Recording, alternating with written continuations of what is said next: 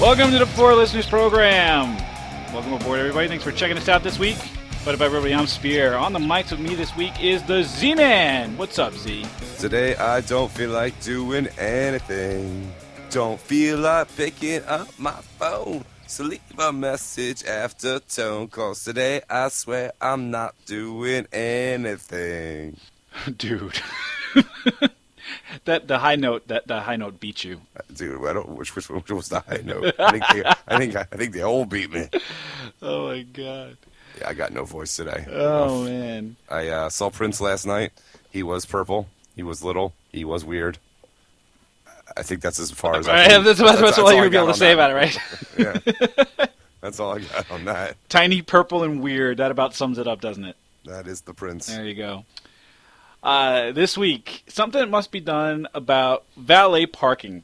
So the holiday season has come and gone, thankfully, and during the whole craziness, I've said it a few times. I live next to one of the largest malls in the country, and it's difficult enough during the holidays to find parking at a huge shopping mall. You know what I'm saying? Yeah. I avoid the mall by all costs during the holiday season. It's crazy. It's killer to be killed in those parking lots. Parking spots are at a premium. Yes. So why, for all that is holy in the world, would you cordon off an entire enormous section of parking to designate it for valet parking? Yeah, I don't know though. I can't figure it out. There are restaurants in the shopping mall area. Like nice ones? No, they're not even like frou-frou, big, huge. We got like a P.F. Chang over there? Yeah, we're talking about like P.F. Chang's or like Seasons 52, right? We're talking about these chain restaurants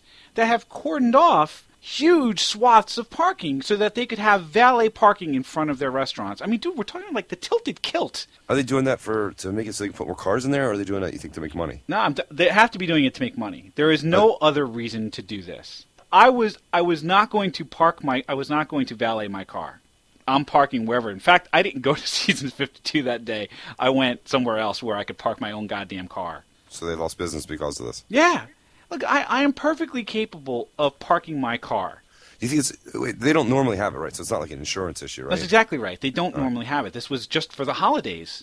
So that's super crazy. So they don't even, is this even offered as a service off season? No, it's not. It's not at all. So they had to hire an entire staff and put in some kind of valet system in place just so they can make a couple bucks? Yeah, so they hired a valet company is what it boiled down to, right? They hired a company that does this. They came with their own little setup, and they went and they valeted all the cars. Huh. So, but you're absolutely right. This isn't something that they do normally.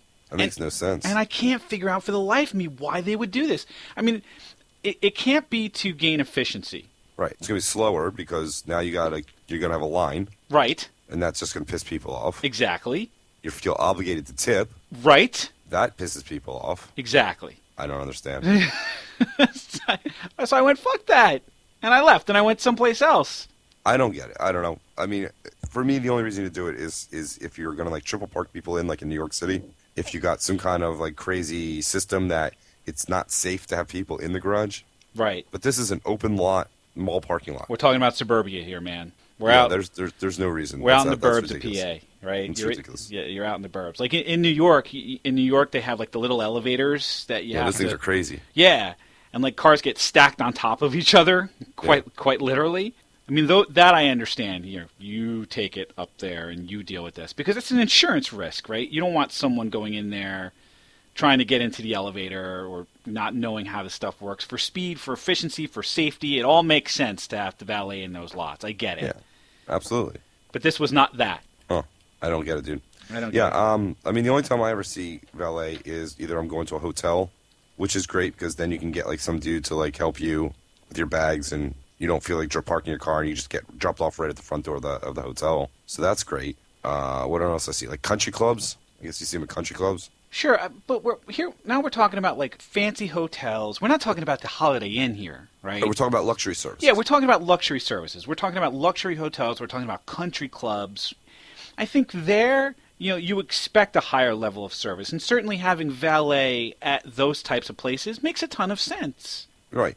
I went to my wife and I stayed at the Waldorf Astoria Okay. in Manhattan, a very posh hotel, and I valeted the car. And the next day, I got the valet. So we get in the car, and I'm driving home. And I'm on the New Jersey Turnpike on my way home, and I say to my wife, grab the iPod out of the little center console, the little thing where you flip the thing up. You know what I'm talking about? Yeah. Oh, yeah. The armrest. I said, get in there and find the iPod and get some music on.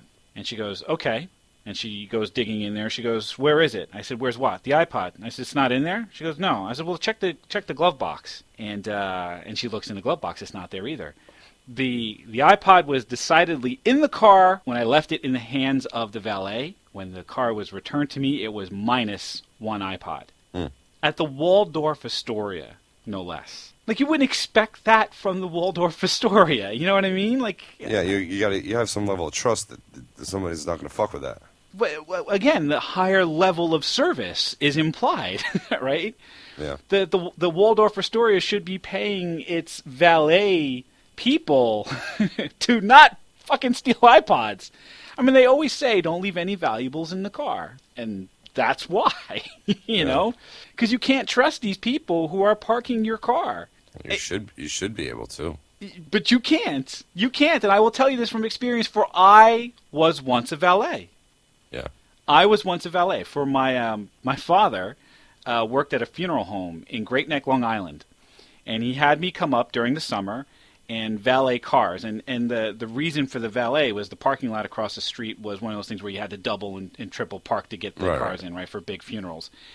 And he had a guy working for him named Carlos. And Carlos was an interesting cat.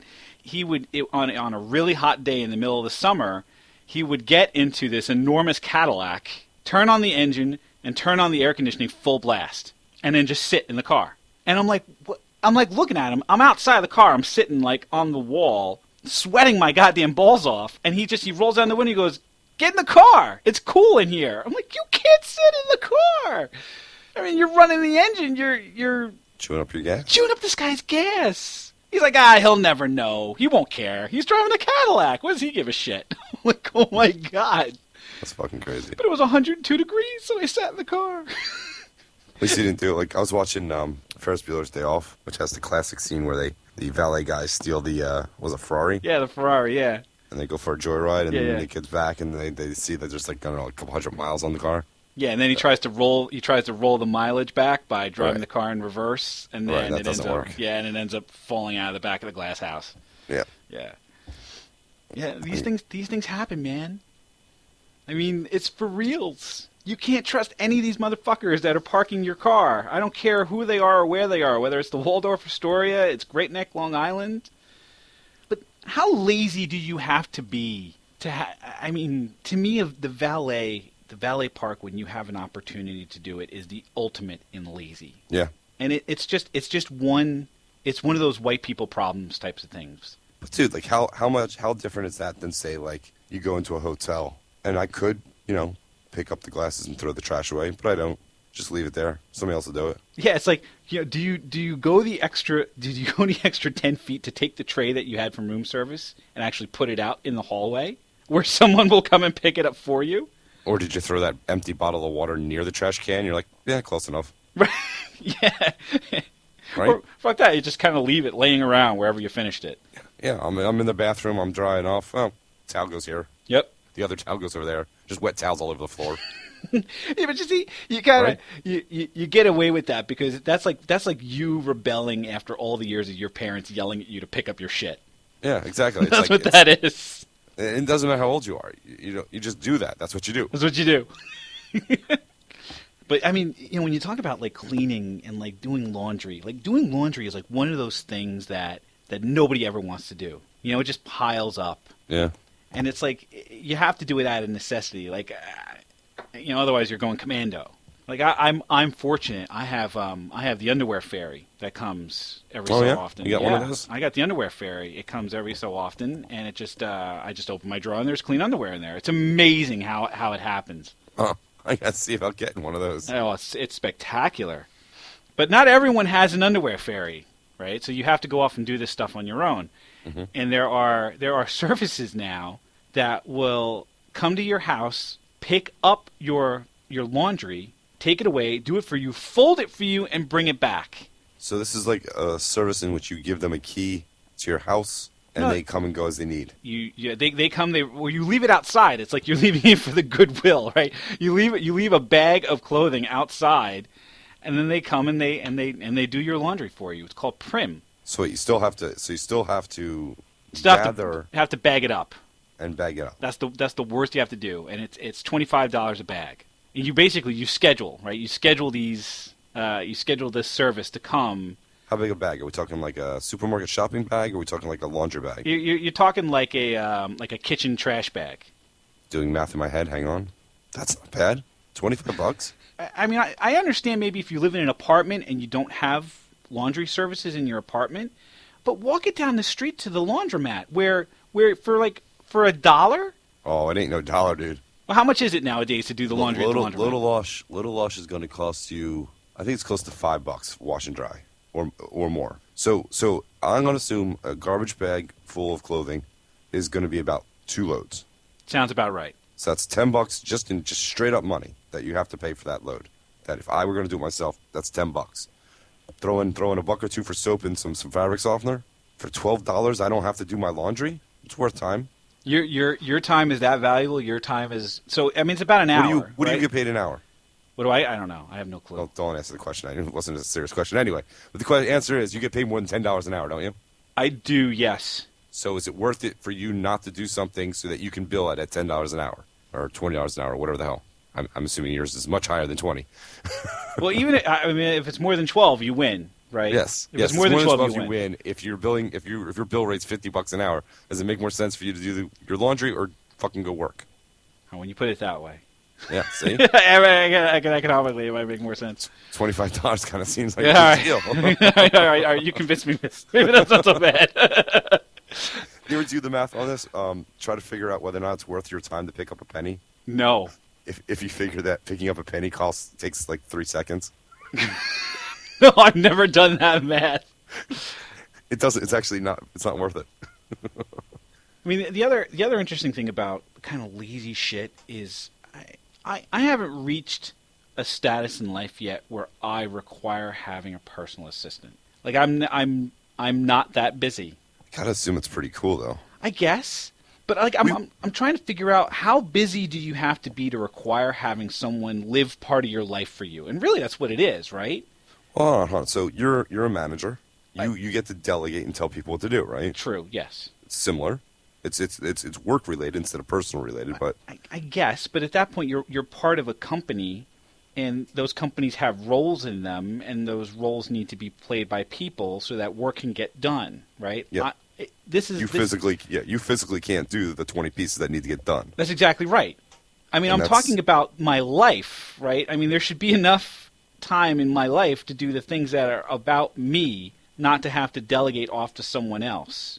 Well, it's not something that's rewarding or pleasurable or fulfilling. Why not? But that isn't that. I mean, that's so egomaniacal, isn't it? Well, it's white people problems. I mean, that's what if it is. I can buy my way out of doing something that I don't want to do, why not?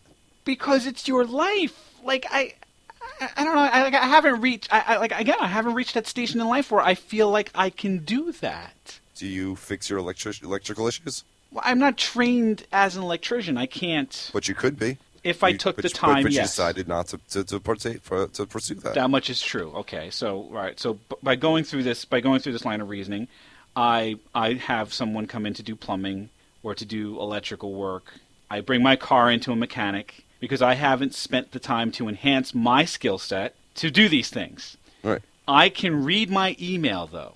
I can go get coffee. Can you clean your house? I can clean my house. I can clean my house too, but I don't. There's a nice lady from Maid Pro that comes and does it every month. You want to feel really weird? play video games while someone's mopping your floor, and try not to get pissed at her because she keeps walking in front of the TV. I felt like such a douche the other day when this was happening. Oh, seriously?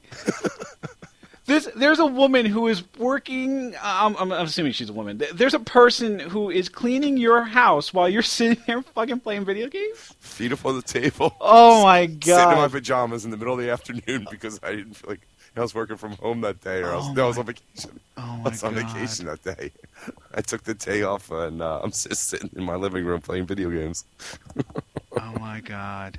White people problems. White people problems. Holy shit! The ultimate lazy. I don't know if we've talked about this at all, but the ultimate of lazy was when you get somebody else to break up with someone for you. Oh yeah, that is a service I've not used. Have we talked about this at all? I don't recall. This is white people problems, right? Where you gotta sign up for a service. There's a website for this. It's called ibreakup.net. Hold on, this is not white people problems. This is social situation Right, problems. fine, but I mean, if you are so lazy, I mean, we have talked about like breaking up over text. Right. Right. Yeah, I've done that. We've talked about that. We've talked about breaking up over text, or Wasn't there like a form email site or something like that that'll generate an email? yeah, right. So we've talked about these kinds of things, right? But this is a site that you say whether or not actually you have the choice here of breaking up or making up. But let's just take the breakup apart for a second. You choose you fill out, I'm a boy or a girl. My name is X. I'm of this age. Here's my email address. It's like a Mad Lib here. Right, and then you give the email address for whatever your soon to be ex significant other is, and then you describe why you're breaking up. And there's a drop down list. There's a drop down list. Is there an other? Is there I another? assume there's got to be another. No. There's even iPhone apps. There's Erase Your Ex. Does that erase them from your contacts, or I assume there's some pretty interesting AI if that's going to go out and unfriend them. It'll help you create an email and send a screw you photo from your library or camera, or record your own voice message. Oh well, that's awesome. Then it will erase their number from your phone. There's dumpmonkey.com, which will spurn someone with a phone call and a crappy toy, a monkey, no less. There's a breakup service called Au revoir. I don't even know how to spell that. And it's from the French for goodbye. Well, I know the word. I just don't know how to spell it. And it has a full menu of personal apologies that seem to range from "sorry I gave you chlamydia" to "let's just be friends." Those are nice sentiments. Yeah, you gotta love this. You gotta love this. This is the ultimate in lazy. Can't you just call somebody? I mean, you should just call somebody, right? I mean, like I said, this is not a wealth issue. This is a social issue. These are issues that people just don't want to deal with, are uncomfortable dealing with, or just don't want to acknowledge the issue. I don't know. It's lazy. It's not lazy. It's lazy. Grab your sack and break up with the chick. Did I ever tell you this one? Jesus, I can't believe I'm going to tell you the story. Before I started seeing the girl who I'm currently dating, I had been going to a therapist, and so I've been telling her I was seeing this girl, and I'm kind of serious about her, but I had been seeing these other girls on the side, and I wasn't sure what to do. Like, how do I tell them that I'm no longer interested in you, and that I'm going to go full time on this other chick? And she's like, "Why don't you write them cards?" Cards? Why don't you write them a card, like a thank you card? Like Hallmark cards, or a thank you card? I fucking did it too. You wrote them thank you cards, like they attended I totally wrote him a thank you card. I said, "I appreciate the time that we spent. You're a great person. It was nice knowing you, but I found someone else, and I'm going to pursue that full time." Oh my god! Yeah, that happened. That happened. Yeah, that was. It felt really weird to do. The two girls actually wrote emails back saying that was weird, but thank you for letting me know. Well, at least you cared enough to send the very best. Right. I mean, I didn't just stop talking to them and not answering phone calls, which I assume that's what some people do. That's a good job by you. But it felt really stupid doing it. Wow. Especially because, in this day and age, who the fuck writes a card? Right. Was it handwritten in the whole routine? It was, it was a Hallmark thank you card that I wrote in the info in the middle to kind of elaborate on why you were getting this card from me. Wow. Why are you getting a thank you card? That's spectacular. It was really weird. At least you can't say I was childish. No. was being very overly polite and mature. That's a good job. You didn't go down the breakup service route. You went the thank you card. I sacked up and did it myself. Sacked up. Good job. What do you say we wrap this thing up? I would love to wrap this All thing right. Well, what did we learn? What did we learn about valet parking, about laziness, white people problems? What did we learn? up. It's all about. I don't know. Come on, Z. I'm suffering from I'm suffering from ganthorology. Ganthoritis. Ganthoritis. Ganthoritis. I learned that you know what? Sometimes money can let you be more lazy. Money can buy you out of a few things, can't it? Yeah, money can get you out of doing shit you don't want to do. There you go. I learned that you can handle a problem with a fair level of maturity. Thanks, buddy. That's a good job. So if you want to buy your way out of a problem, or if you want to be a little bit lazy, why don't you let us know on the Facebook page, facebook.com/4listeners or 4listeners.com. You could check us out on the iTunes or on the Stitcher Radio. Don't have anybody download it for you. Just search for 4 Listeners and we'll pop right on up. We thank you for checking us out this week, and we hope that you will check us out again next week. Thanks a bunch, everybody. Yesterday, I swear I'm not